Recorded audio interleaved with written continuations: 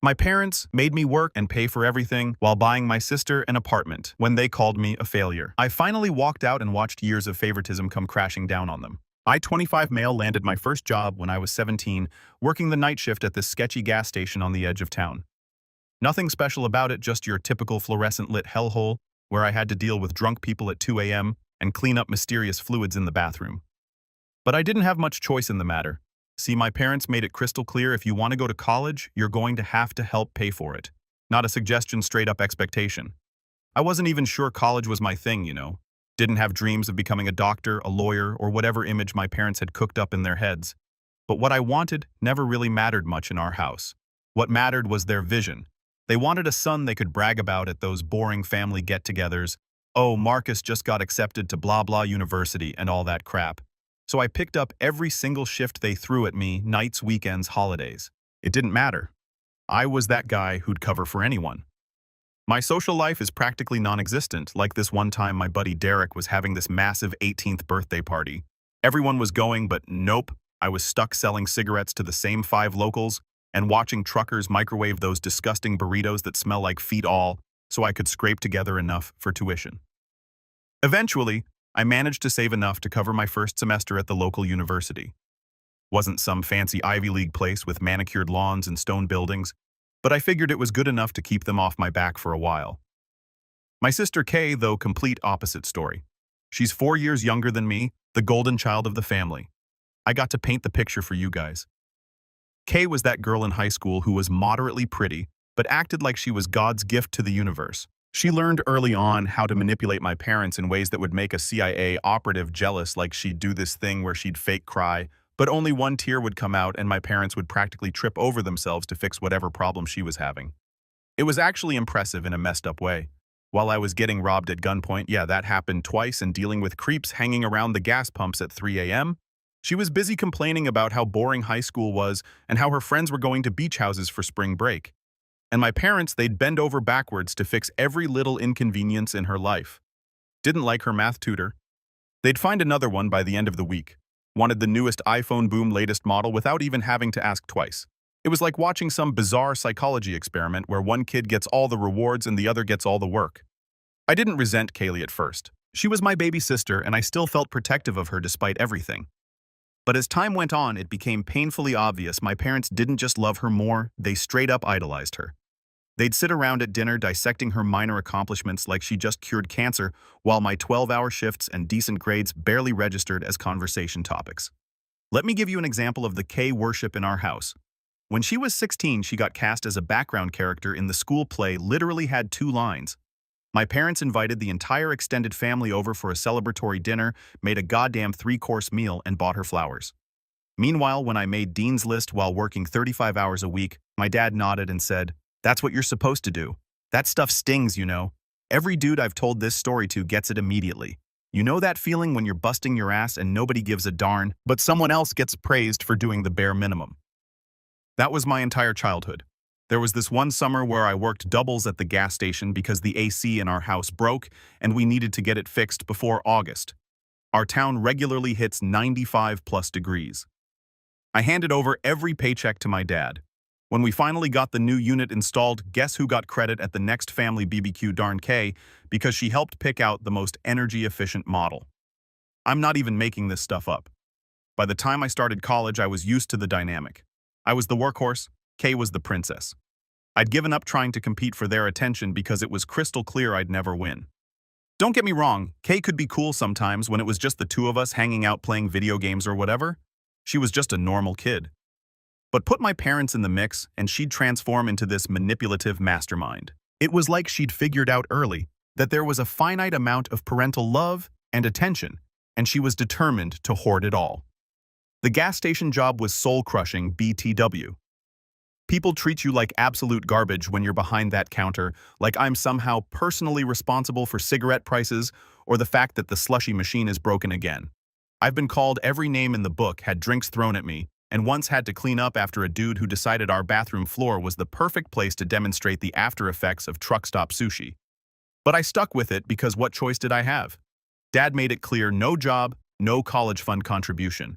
And their contribution was basically letting me live at home rent-free. Everything else, tuition books, car insurance, that was on me. Meanwhile, Kaylee's future was discussed like she was choosing between Harvard and Yale, when in reality she was a solid C student who was more interested in her Instagram following than academics. My parents started a separate college fund for her when she was like 10. 10. I didn't even know college funds were a thing until I was filling out FAFSA forms myself. I guess what I'm trying to say is that the pattern was established early. I wasn't just imagining the favoritism.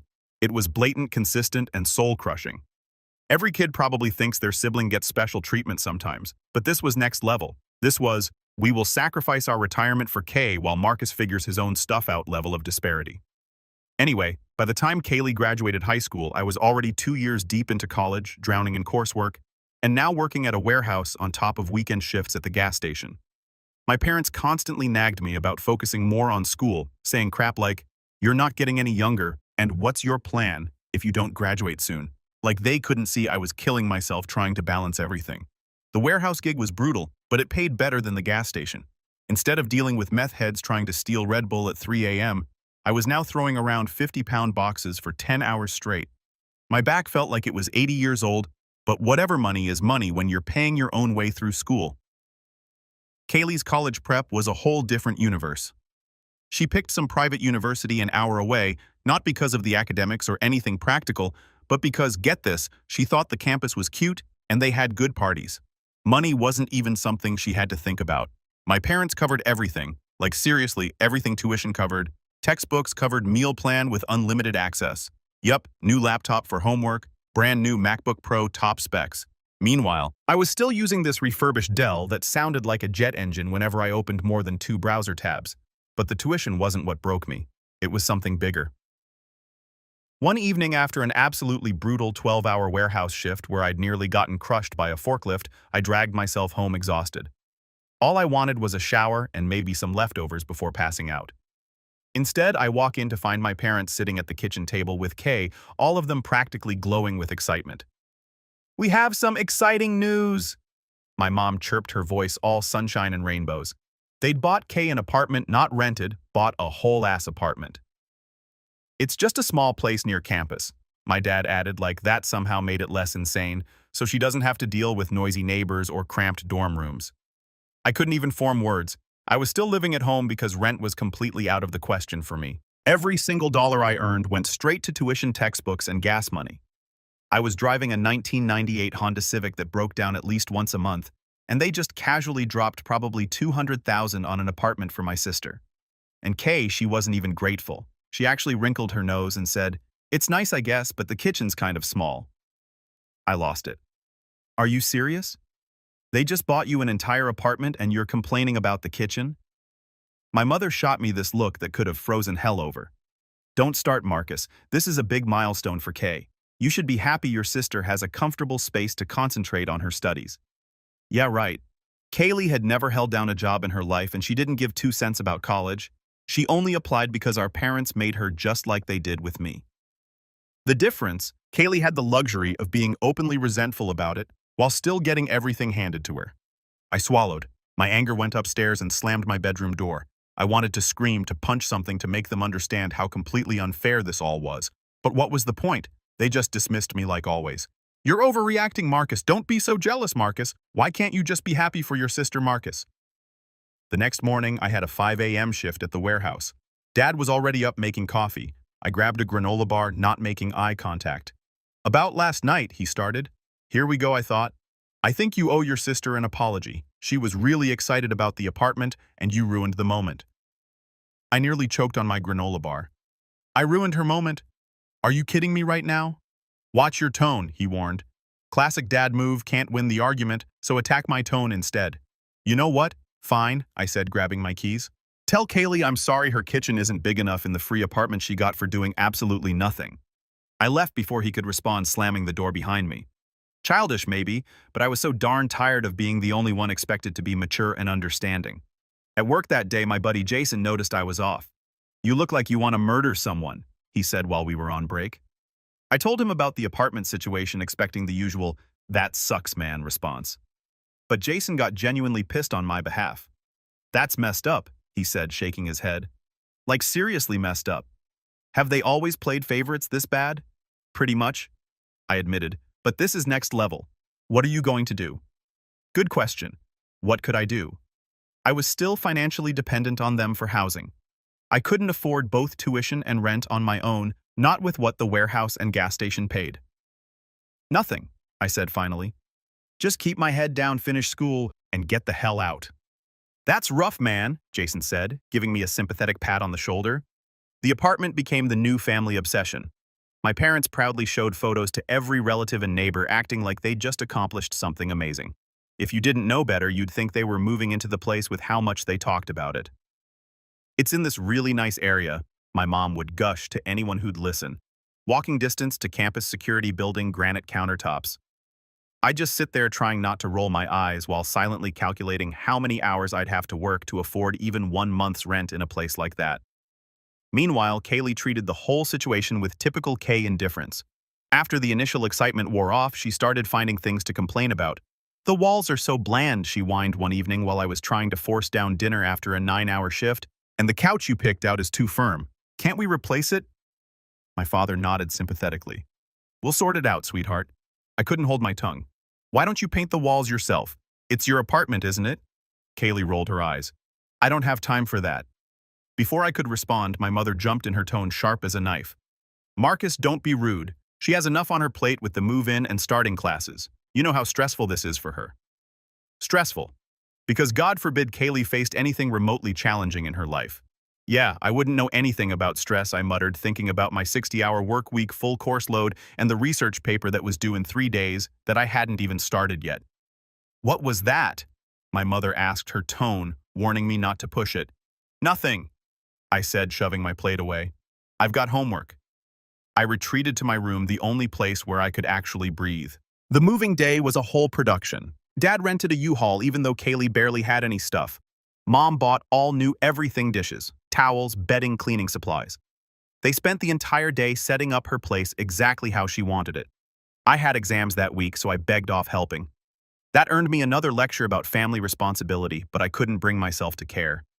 The thought of spending an entire day watching them fawn over Kay while I did the heavy lifting was more than I could take. When they finally finished moving her in, my parents came home looking exhausted but satisfied, like they just completed some major life accomplishment. You should see it, Marcus, my mom said, scrolling through photos on her phone. It's just perfect for her.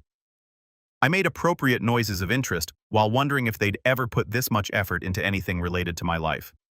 The answer, of course, was no. That night, I made a decision. I needed to get out, not just eventually, but as soon as possible. This house, this family dynamic, it was slowly crushing my soul. I'd find a way to make it work financially. I'd take out more loans if I had to. Whatever it took to escape the constant reminder that I was the afterthought, the one who had to work for everything, while watching Kay coast through life on their generosity. Little did I know, things were about to get way more complicated. About 3 months into Kaylee's first semester, things started getting weird. She stopped coming home on weekends, which honestly wasn't that unusual. She'd always been social.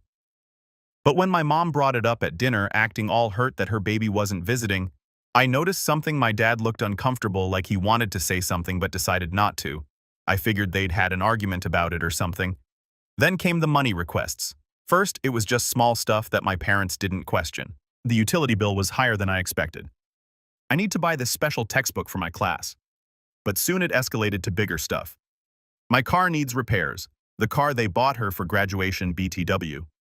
I need to pay a deposit for a spring break trip with my friends. My parents handed over cash without question, and I mean literally cash. I saw my dad counting out $100 bills from the safe in their closet one night when he thought I was at work. Meanwhile, I was picking up every overtime shift I could get just to afford ramen and gas money. One weekend in November, I was at home studying for midterms when my mom came into my room holding an envelope. Marcus, could you do me a huge favor? I accidentally took some of Kaylee's financial aid forms when I was helping her organize last week. She needs them. ASAP for the bursar office. Could you drop them off? I wanted to say no. It was my only day off in 2 weeks and I had a massive economics exam on Monday. But the look on my mom's face told me this wasn't really a request. Fine, I sighed. I'll head over there now. Oh, and maybe take her out to lunch while you're there, my treat. She handed me $50 along with the envelope. Great. So not only did I have to be a delivery boy now, I had to pretend to want to spend time with my sister. But whatever free food is free food. I tried calling and texting Kaylee to let her know I was coming, but got no response. Typical. She was probably sleeping off a hangover or something. When I got to the apartment, the one my parents had spent their retirement money on, I used the spare key they'd given me for emergencies. The moment I opened the door, I knew something was wrong. First off, the smell hit me like a truckweed cigarettes and something else, something chemical that burned my nostrils. Not just your average college party smell, something worse. The place was trashed, and I don't mean normal messy college student trashed. I mean destroyed. Empty beer cans and pizza boxes littered the living room. The fancy white couch my parents had bought that Kay complained was too firm had burn marks all over it. There were stains on the carpet that I didn't even want to identify. And there passed out on that couch was some stringy-haired dude I'd never seen before. Shirtless, covered in terrible tattoos, skinny to the point of looking sick.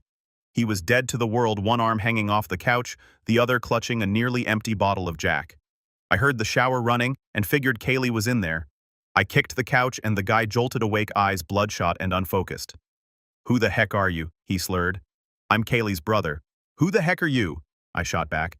I'm not a confrontational guy usually, but something about this dude set off every alarm bell in my head. He smirked. "I'm Tyler, her boyfriend." Boyfriend. Kaylee hadn't mentioned any boyfriend.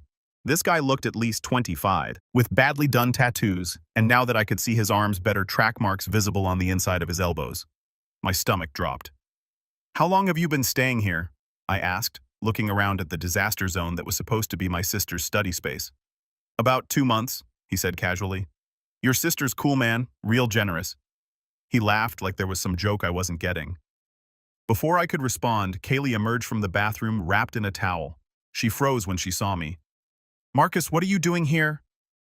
Her voice was high, panicky. She looked thinner than I remembered, with dark circles under her eyes and a scabbed-over sore at the corner of her mouth. She looked rough, really rough. "Mom sent me with your financial aid forms," I said slowly, taking in her appearance. "What's going on here, Kay?" "Nothing. Tyler's just visiting for the weekend." She shot him a warning look. "That's not what he said," I replied. "And what's that?" I pointed to a small metal pipe and what looked like a small baggie of crystals on the coffee table that I hadn't noticed before. "It's nothing." She rushed forward, sweeping the items into a drawer. Just some stuff for a party." I'm not an idiot. I'd worked enough late nights at the gas station to know what meth looked like. Heck, I'd had to call the cops twice on people shooting up in our bathroom. My baby sister, the golden child, was using, and based on her twitchy behavior and weight loss, it wasn't just recreational. "How long has this been going on?" I demanded. "Is this where all that money's going to support this loser and buy drugs?" Tyler stood up, swaying slightly. "Watch your mouth, bro." "I'm not your bro," I snapped. "How old are you anyway? And do you have a job, or are you just living off my parents' money?" Ty took a step toward me, but Kay stepped between us, clutching her towel. "Please, Marcus, don't make a big deal out of this. Tyler's just going through a rough patch and I'm helping him out. We're careful, I swear." "Careful, Kay. That's messed up meth. There's no careful with that stuff." I looked around the trashed apartment, the apartment my parents had sacrificed for, had bragged about, had thrown in my face as an example of their support, all while their precious daughter was funding a deadbeat's drug habit and getting pulled into addiction herself. "You need help," I said finally. "And Mom and Dad need to know about this." "No!" she shrieked, grabbing my arm. "You can't tell them. They'll kill me. Please, Marcus. I'll clean up. I'll get Tyler to leave. Just please don't tell them." Tyler laughed from the couch. "Baby, you know I'm not going anywhere. We had plans, remember?" He gave me this smug look that made me want to punch him. For a moment, I felt that protective instinct toward my sister, but then I remembered how my parents always favored her while criticizing me for minor things like a B- grade. She dug herself into this. I gave Kaylee 1 week to clean up the apartment and get rid of Tyler, or I'd tell our parents everything. She promised to fix it while Tyler dismissively told me to leave. I warned her about the path she was on before leaving. In the car, I debated whether to tell my parents immediately. Would they even believe me or somehow blame me? Kaylee texted begging me not to tell them, promising to handle it. During the drive home, I kept replaying the scene, the trashed apartment, Tyler's smugness, Kaylee's desperation. At home, Mom asked about Kay. I kept my responses neutral, hiding my discovery. She mentioned sending Kaylee care packages, which reminded me how differently we were treated. I almost laughed thinking about what kind of stress Kaylee was actually dealing with. Over the next few days, I wrestled with what I discovered at Kaylee's apartment, the drugs Tyler, the complete disaster she'd made of the place my parents had bought her. I checked in with her, but her responses were vague. Working on it. Need more time. It's complicated. By day 5, I knew she wasn't going to handle it. I decided to keep quiet for now. Maybe she'd surprise me. Maybe she'd get her stuff together. But deep down, I knew better. Meanwhile, I was drowning in work and school. Between warehouse shifts, gas station weekends, and midterms, I was barely functioning. Something had to give, and unfortunately, it was my economics class. I bombed the midterm complete failure. I knew it was coming, but still seeing that F on my student portal hit hard. I didn't tell my parents right away. What was the point? They had never cared about my struggles before. But then my professor emailed my dad, apparently still listed as my emergency contact. When my dad confronted me, I explained I was working 50+ hours while taking a full course load. "You need to make school a priority," Dad said. "You're wasting time and money." That's when I snapped. All the frustration about Kaylee's apartment came pouring out. "Whose money? Mine? You're not paying my tuition, but you bought Kay a car, and an—" Mom walked in during the argument. "Don't start that again. Your sister is going through a difficult time. You have no idea. You want to know why I failed? I found your precious daughter's apartment trashed with her jobless boyfriend doing meth. That's where your money's been going." They didn't believe me. Dad grabbed his keys and they went to see for themselves. Hours later, they returned, looking devastated. "You were right," Dad admitted. "It's worse than you said." Yet even then they made excuses for her. "This isn't Kaylee's fault. That boyfriend took advantage of her," Mom insisted. "She chose to start using. She chose to let him move in and lie to you." "You don't understand addiction," Dad countered. "She didn't choose this." They focused entirely on getting Kay into rehab, bringing her comforts while I worked double shifts trying to salvage my grade. A month later, Dad confronted me again about my continued academic struggles. "Kaylee has an addiction. The counselor says she was self-medicating. We failed her," Mom explained. "And what about me? I'm exhausted. Her problems matter, mine don't. Kaylee's situation is medical. Your grades are about effort," Dad said. The injustice hit me hard. She destroys a $200,000 apartment doing meth and gets sympathy. I struggle with one class while working 2 jobs and I'm lazy. Nobody said you're lazy. Kaylee didn't choose her situation. Stop. She absolutely chose this. You've never set boundaries for her. Your sister is fighting for her life and you're making this about you," Dad shouted. "No, you made this about me. You've always expected me to be responsible while never actually supporting me. I'm done trying to earn your approval," I declared. "I'm dropping out." Dad's face turned purple. "You're a failure. Even with her issues, at least she's fighting.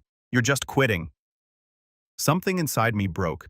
My sister was a meth addict who destroyed their apartment, yet I was still the disappointment. That night, I decided to move out rather than drop out immediately. When Dad tried guilt-tripping me the next morning, I challenged him to name one thing they'd done for me, comparable to what they'd done for Kay. "We let you live here rent-free." Wow, bare minimum parenting. Meanwhile, Kay gets everything without consequences. That's different. She's sick, and I've been drowning for years while you make excuses for her. I couldn't take it anymore.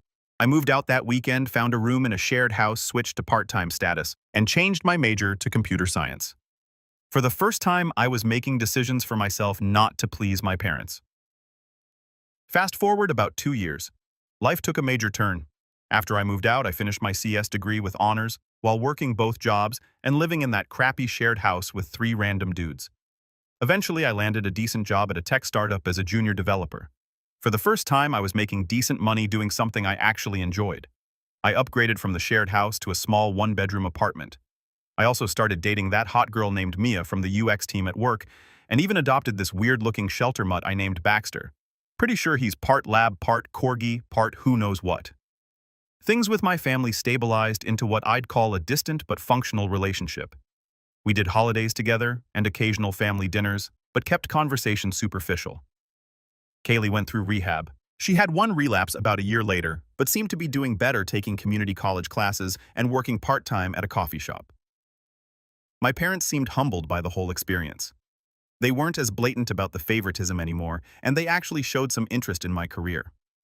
I think seeing their golden child fall so hard forced them to reassess some things.